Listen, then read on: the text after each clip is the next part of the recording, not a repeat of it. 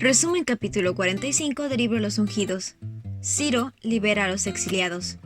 Más de un siglo antes del nacimiento de Ciro, la inspiración había mencionado la obra que iba a hacer al tomar la ciudad de Babilonia de improviso y al preparar el terreno para libertar a los hijos del cautiverio.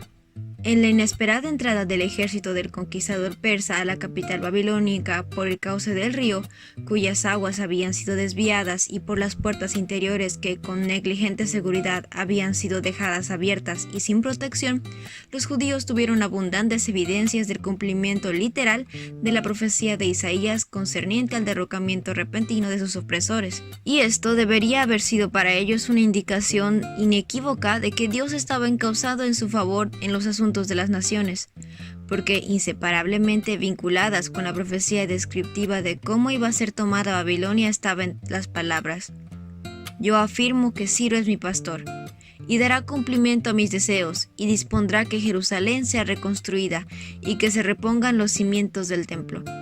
Él reconstruirá mi ciudad, y pondrá en libertad a mis cautivos, pero no por precio ni soborno.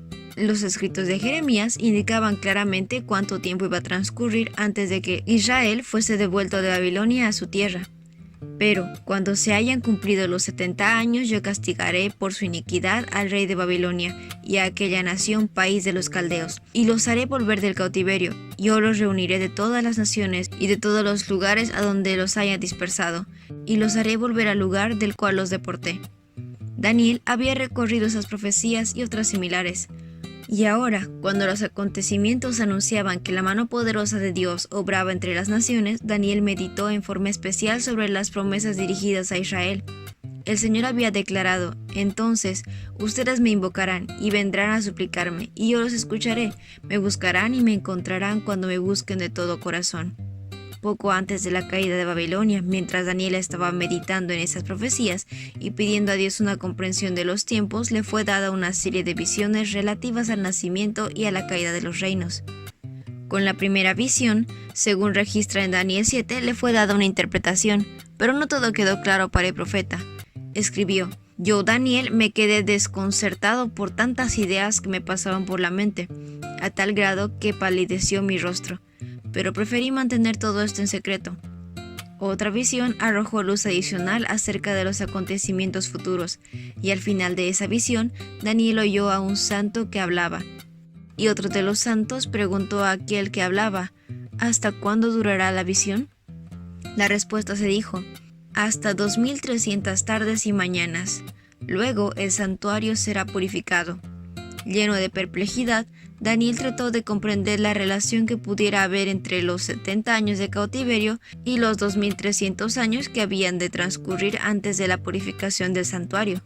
Cuando el profeta oyó las palabras: la visión es para muchos días, se desmayó y estuvo enfermo algunos días. Y cuando convalecí, atendí los negocios del rey, pero estaba espantado a causa de la visión y no la entendía. Las profecías de Jeremías eran tan claras que entendió que el Señor le comunicó al profeta Jeremías que la desolación de Jerusalén duraría 70 años. El fiel Daniel se identifica con el Israel infiel. Daniel rogó al Señor que estas promesas se cumpliesen prestamente y que el honor de Dios fuere preservado. Se identificó plenamente con quienes no habían cumplido el propósito divino y confesó los pecados de ellos como propios. Aunque el cielo lo llama muy amado, se presentó delante de Dios como pecador e insistió en la gran necesidad del pueblo al que amaba. Aún antes de que hubiese terminado su ruego, le apareció de nuevo el poderoso Gabriel y le llamó la atención a la visión que había visto. Le esbozó en detalle el periodo de las 70 semanas, que había de empezar cuando fuese dada la orden para restaurar y edificar Jerusalén. El comienzo del reinado de Ciro señaló el fin de los 70 años iniciados cuando la primera compañía de hebreos fue llevada de Judea a Babilonia por Nabucodonosor. Dios usó la manera en que Daniel fue librado del foso de los leones para crear una impresión favorable en el espíritu de Ciro.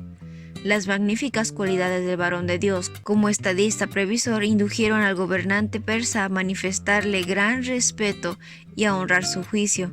Y ahora Dios movió a Ciro para que discerniera las profecías concernientes a él mismo y le concediera su libertad al pueblo judío. El rey vio las palabras que habían predicho más de 100 años antes de que él naciera, la manera en que Babilonia sería tomada. Leyó el mensaje que dirigía el gobernante del universo. Yo te ceñiré, aunque tú no me conociste, para que se sepa desde el nacimiento del sol hasta donde se pone que no hay más que yo. Te puse sobrenombre, aunque no me conociste. Cuando leyó el registro inspirado, Él edificará mi ciudad y soltará mis cautivos, no por precio ni por dones. Su corazón quedó profundamente conmovido y resolvió cumplir la misión que Dios le había asignado. Dejaría ir libres a los cautivos judíos. En una proclama que se publicó por todo su reino, Ciro dio a conocer su deseo. Jehová, el Dios de los cielos, me ha mandado que le edifique la casa en Jerusalén, que está en Judá.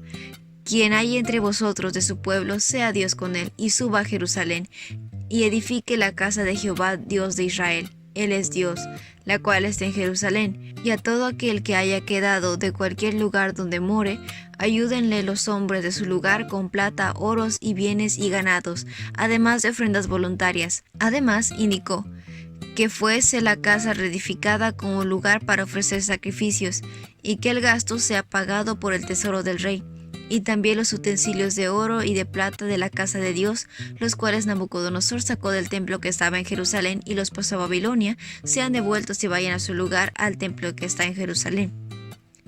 Llegaron las noticias de este decreto hasta las provincias más lejanas de los dominios del rey, y por doquiera hubo gran regocijo. Muchos, como Daniel, habían estado estudiando las profecías y habían estado rogando a Dios que interviniera en el favor de Sión, y ahora sus oraciones recibieron una contestación. Unas 50,000 personas de entre los judíos desterrados resolvieron valerse de la admirable oportunidad para subir a edificar la casa de Jehová, la cual estaba en Jerusalén. Sus amigos les ayudaron con plata, oro, con bienes y ganados y con cosas preciosas, y se añadieron los utensilios de la casa de Jehová. El largo viaje a través de los desiertos se realizó satisfactoriamente, y la feliz compañía, agradecida a Dios por sus muchas misericordias, emprendió enseguida la obra de restablecer lo que había sido derribado y destruido. Los jefes de las casas paternas dieron el ejemplo al ofrecer de su sustancia para contribuir a los gastos de reedificar el templo, y el pueblo, siguiendo ese ejemplo, dio liberalmente de lo poco que tenía. Se erigió un altar donde había estado el antiguo altar en el atrio del templo. Se juntó el pueblo como un solo hombre, y todos, unidos, restablecieron los servicios sagrados que se habían interrumpido cuando Jerusalén fue destruida, y celebraron asimismo la fiesta solemne de los tabernáculos. La edificación del altar para los holocaustos diarios alentó muchísimo a los pocos fieles que quedaban. Su valor iba en aumento a medida de que esos preparativos progresaban de un mes a otro. Rodeados de muchos tristes recuerdos de la apostasía de sus padres, anhelaban tener alguna señal permanente del perdón y el favor divinos. Apreciaban la aprobación de Dios más que la recuperación de las propiedades personales y los antiguos privilegios. Se sentían seguros de que su presencia estaba con ellos, pero deseaban bendiciones aún mayores. Con gozosa anticipación esperaban el tiempo en que, estando reedificando el templo, podrían contemplar la gloria que resplandeciese desde su interior. Pronto se colocó la piedra fundamental, en presencia de muchos miles que se habían congregado para contemplar el progreso de la obra.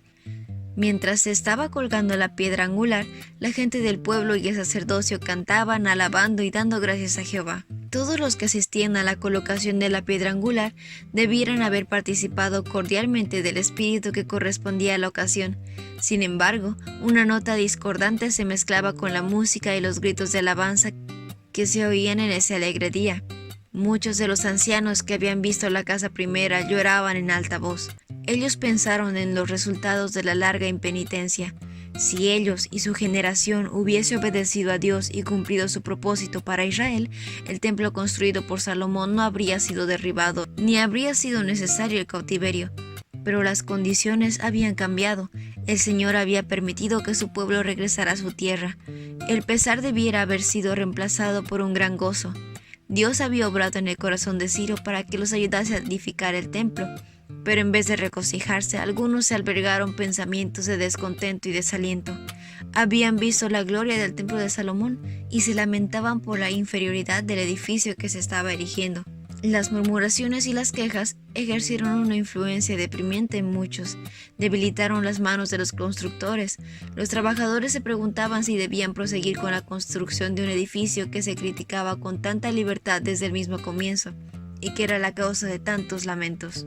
Sin embargo, hubo muchas personas cuya fe y visión más amplias les permitieron considerar esta gloria menor sin tanto descontento. Muchos otros daban grandes gritos de alegría, y no podía distinguir el pueblo el clamor de los gritos de alegría, la voz del lloro, porque clamaba con el pueblo con gran júbilo, y se oía el ruido de hasta lejos. Los que no se regocijaron cuando se colocó la piedra fundamental del templo, lejos estaban de comprender el peso de sus palabras de desaprobación y desilusión. Ni sabían cuánto iba a demorar la terminación de la casa de Dios el descontento que había expresado. La magnificencia del primer templo había sido fuente de orgullo para Israel antes de su cautiverio, pero la gloria del primer templo no podía recomendarlos ante Dios, porque ellos no le traían el sacrificio de un espíritu humilde y contrito.